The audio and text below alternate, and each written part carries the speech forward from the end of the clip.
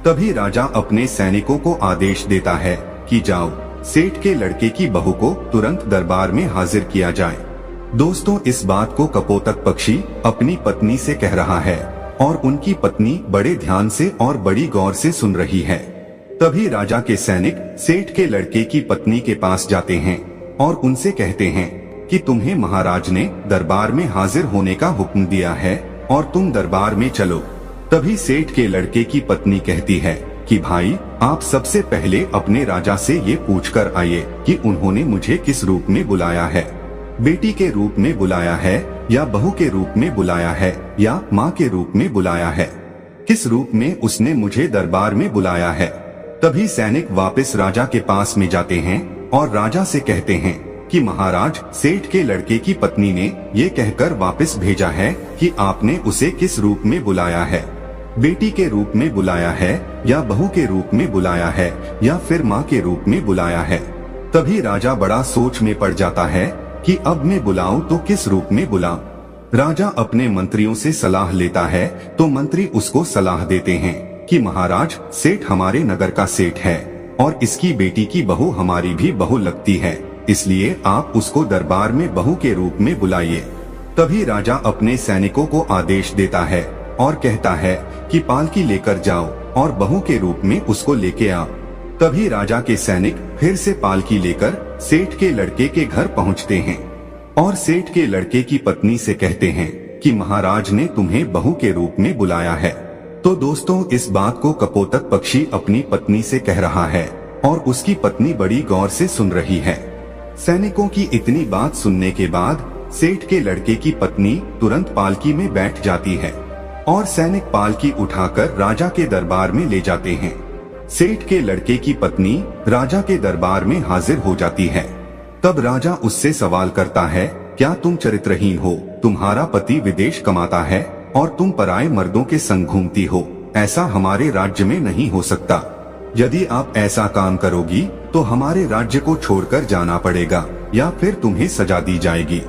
राजा इतनी बात कहता है तब सेठ के लड़के की पत्नी राजा को जवाब देती और कहती है कि महाराज, मैं एक पतिव्रता स्त्री हूँ, मुझ पर कलंक लगाने से पहले आप थोड़ा सोच लीजिए। क्या किसी प्यासे को पानी पिलाना, किसी भूखे को भोजन खिलाना कोई अपराध है?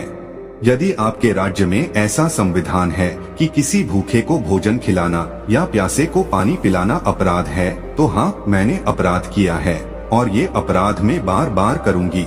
इतनी बात सुनने के बाद राजा बड़ा चिंतित होता है और राजा कहता है, क्या मुझे पूरी बात विस्तार से बताइए कि बात क्या है।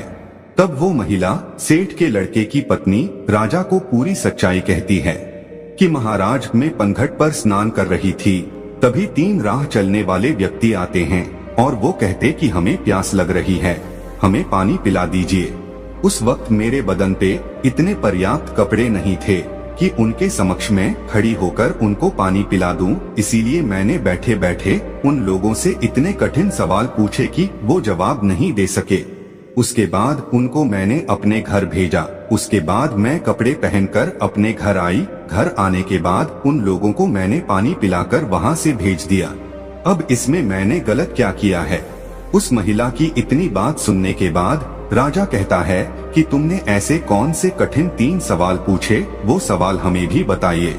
जब सेठ के लड़के की पत्नी वो 3 सवाल राजा के समक्ष रखती है तो राजा भी बड़ा सोच में पड़ जाता है। राजा के अंतरी मंत्री भी सोच में पड़ जाते हैं।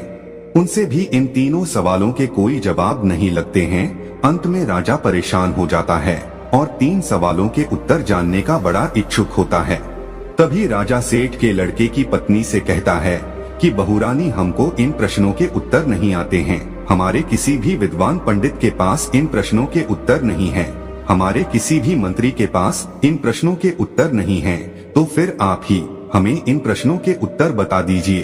तब वो महिला सेठ के लड़के की पत्नी हाथ जोड़ कर के राजा से कहती है कि महाराज, ये तीनों प्रश्न बड़े अनमोल हैं और इनके उत्तर उनसे भी ज्यादा अनमोल है, इसलिए आपसे विनती है, इन तीनों प्रश्नों के उत्तर मैं आपको बता दूंगी, लेकिन बदले में मुझे क्या मिलेगा?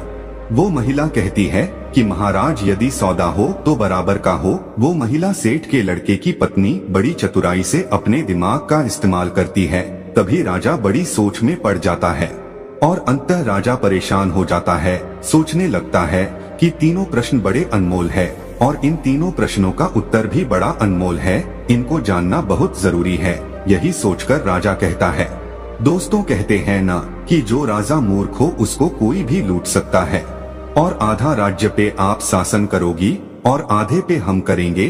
ठीक है, आप आपके तीनों अनमोल प्रश्नों के उत्तर हमें बता दीजिए। दोस्तों, सेठ के लड़के की पत्नी वो पूरी लिखावट करवाती है, आधा राज्य अपने कब्जे में लेती है और फिर उन तीनों प्रश्नों के उत्तर बताती है।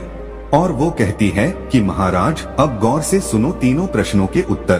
पहला प्रश्न, यात्री संसार में दो ही हैं। अब दो यात्री कौन कौन से हैं? कि महाराज, पहला सूर्य और दूसरा चंद्रमा, जो रात दिन चलते रहते हैं और संसार में भ्रमण करते रहते हैं और संसार को रोशन करते रहते हैं, यही तो यात्री है, सूर्य और चंद्रमा।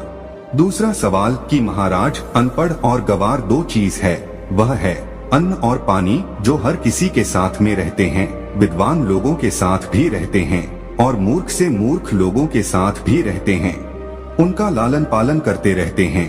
यही सबसे अनपढ़ और गवार है, जो अज्ञानी को भी वही स्वाद देते हैं और विद्वान को भी वही स्वाद देते हैं। तीसरा सवाल, मूर्ख भी दो प्रकार के होते हैं। पहला मूर्ख है जो मेरा ससुर है, जो अपने घर की बात को एक दूसरे से आके कहता है, वही सबसे बड़ा मूर्ख होता है। यदि मेरे ससुर ने इस बात को मुझसे आकर पूछा होता तो वहीं पर इनको मैं पूरी सच्चाई बता देती। मेरे घर की इज्जत नीलाम नहीं होती, मेरी इज्जत इस तरह भरे दरबार में उछाली नहीं जाती, मेरे घर की बदनामी नहीं होती, इसलिए सबसे पहले बड़े मूर्ख मेरे ससुर हैं।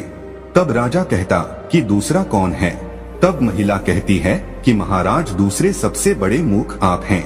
एक वो राजा होता है जो बगैर सोचे समझे कुछ भी फैसला ले ले, वही सबसे बड़ा मूर्ख होता है। इसलिए दूसरे सबसे बड़े मूर्ख आप हैं।